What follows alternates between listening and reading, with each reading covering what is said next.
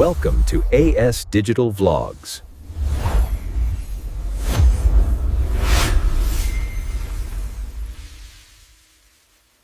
పోటీ పరీక్షలకు ప్రిపేర్ అవుతున్నప్పుడు డైరెక్షన్ సెన్స్ ప్రశ్నలు వస్తాయి కదా, అవి చూడగానే అబ్బా ఇదేంటి అని కొంచెం కంగారు పడతాం. కానీ అసలు విషయమేంటో తెలుసా? సరైన టెక్నిక్ తెలిస్తే ఇవి చాలా ఈజీ అన్నమాట. సరే, ఉదాహరణకి ఈ ప్రశ్న చూడండి. రవి తూర్పుకి 40 మీటర్లు, ఉత్తరానికి 30, పడమరకి 20, మళ్ళీ దక్షిణానికి 10 మీటర్లు. ఇలా నడిచాడు. ఫైనల్గా స్టార్టింగ్ పాయింట్ నుంచి ఎంత దూరంలో ఉన్నాడు? మొదటిసారి చదివినప్పుడు కొంచెం తిక్మకగా అనిపిస్తుంది కదూ? కానీ అస్సలు టెన్షన్ పడాల్సిన పనేలేదు. ఇలాంటి లెక్కల్ని సాల్వ్ చేయటం మనం అనుకున్నంత కష్టమేం కాదు. నిజం చెప్పాలంటే ఒక పద్ధతి ప్రకారం వెళ్తే చాలా సింపుల్.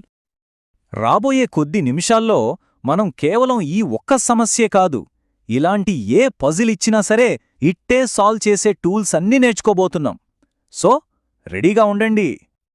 డైరెక్షన్ సెన్స్, రీజనింగ్ అనేది చాలామందికి ఒక పెద్ద అడ్డంకిలా అనిపిస్తుంది. ఇప్పుడు మనం ఆ కోడ్ని బ్రేక్ చేసి దాని వెనకున్న లాజిక్ ఏంటో తెలుసుకుందాం. అంటే సింపుల్గా చెప్పాలంటే ఈ ప్రశ్నలు మనల్ని ఏం టెస్ట్ చేస్తాయంటే, ఇచ్చిన ఇన్స్ట్రక్షన్స్ బట్టి ఒక దారిని మనసులో ఊహించుకుని ఫైనల్గా వాళ్ళు ఎక్కడున్నారో చెప్పగలమా లేదా అని. ఇది మన స్పేషియల్ అవేర్నెస్కి ఒక చిన్న పరీక్ష అన్నమాట. సరే, మరి ఈ పజిల్స్ని సాల్వ్ చేయాలంటే ముందుగా మనకు కొన్ని బేసిక్స్ తెలియాలి. వీటిని మన మైండ్లో ఉండే ఒక కంపాస్ లాగా అనుకోవచ్చు. అందరికీ తెలిసినవే 4 ప్రధాన దిశలు: ఉత్తరం, దక్షిణం, తూర్పు, పడమర. పేపర్ మీద గీసినప్పుడు నార్త్ ఎప్పుడూ పైకి, సౌత్ కిందకి, ఈస్ట్ కుడివైపుకి, వెస్ట్ ఎడమవైపుకి ఉంటాయి. ఇదే మన ఫౌండేషన్. ఈ 4 మెయిన్ డైరెక్షన్స్ మధ్యలో ఇంకో 4 సబ్ డైరెక్షన్స్ ఉంటాయి. నార్త్కి ఈస్ట్కి మధ్యలో ఈశాన్యం, నార్త్కి వెస్ట్కి మధ్య వాయువ్యం, సౌత్కి ఈస్ట్కి మధ్య ఆగ్నేయం, సౌత్కి వెస్ట్కి మధ్య నైరుతి. ఈ మొత్తం 8 దిక్కుల మీద మనకు మంచి గ్రిప్ ఉండాలి. ఇక చాలా ముఖ్యమైన విషయం, టర్న్స్. చాలామంది కన్ఫ్యూజ్ అయ్యేదే ఇక్కడే. గుర్తుపెట్టుకోండి, లెఫ్ట్ టర్న్ అంటే యాంటీ క్లాక్ వైజ్లో 90 డిగ్రీలు తిరగడం, రైట్ టర్న్ అంటే క్లాక్ వైజ్లో 90 డిగ్రీలు. ఉదాహరణకు నార్త్ వైపు చూస్తున్నప్పుడు లెఫ్ట్ తిరిగితే వెస్ట్ వైపు వెళ్తారు, రైట్ తిరిగితే ఈస్ట్ వైపు వెళ్తారు. ఈ పాయింట్ చాలా చాలా ముఖ్యం. ఓకే, బేసిక్స్ క్లియర్ కదా? ఇప్పుడు ఏ ప్రాబ్లం అయినా సరే ఎదుర్కోడానికి ఒక పక్కా ప్లాన్ చూద్దాం. ఇది మన సీక్రెట్ వెపన్ లాంటిదనుకోండి. జస్ట్ ఈ 4 స్టెప్స్ ఫాలో అయితే చాలు. ఫస్ట్, ప్రశ్నను చాలా జాగ్రత్తగా చదవాలి. సెకండ్, ఒక చిన్న డయాగ్రామ్ గీసుకోవాలి. థర్డ్, క్యాలిక్యులేట్ చెయ్యాలి. ఫైనల్గా 4th స్టెప్, వచ్చిన ఆన్సర్ని ఒకసారి వెరిఫై చేసుకోవాలి. ఈ పద్ధతి ఫాలో అయితే మిస్టేక్స్ అస్సలు జరగవు. క్యాలిక్యులేషన్స్ని ఇంకా సింపుల్ చేయడానికి ఒక చిన్న ట్రిక్ ఉంది. ఈ కోఆర్డినేట్ సిస్టమ్ని వాడచ్చు.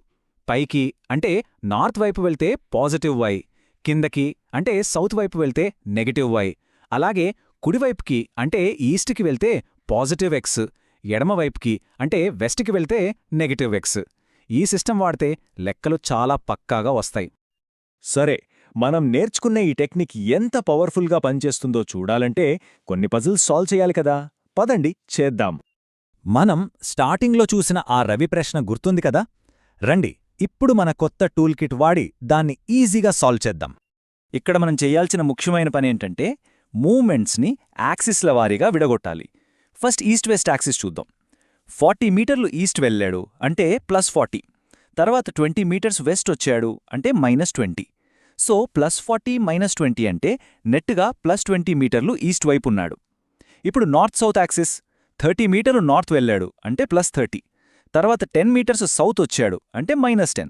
సో +30 -10 అంటే నెట్గా +20 మీటర్లు నార్త్ వైపున్నాడు. అంటే ఫైనల్గా మన దగ్గర 20 మీటర్ల ఈస్ట్, 20 మీటర్ల నార్త్ మిగిలాయి. ఇప్పుడు షార్టెస్ట్ డిస్టెన్స్ కనుక్కోవాలి.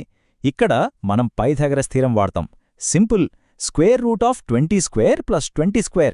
క్యాల్కులేట్ చేస్తే ఆన్సర్ 20√2 మీటర్లు వస్తుంది. చూసారా ఎంత సింపుల్గా అయిపోయిందో?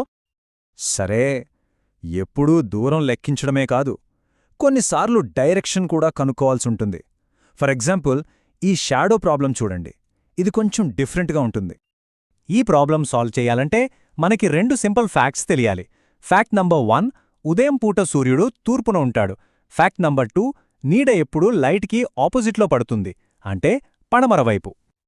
ఓకే, ఇప్పుడు ఈ రెండు ఫ్యాక్ట్స్ని మన ప్రశ్నతో కలుపుదాం. ప్రశ్నలో ఏమన్నారు? ఆ వ్యక్తి నీడ తన ఎడమవైపు పడుతోందన్నారు. నీడ పడమర వైపు పడుతుంది కదా, అంటే ఆ వ్యక్తికి లెఫ్ట్ సైడ్లో పడమర దిక్కు ఉందన్నమాట.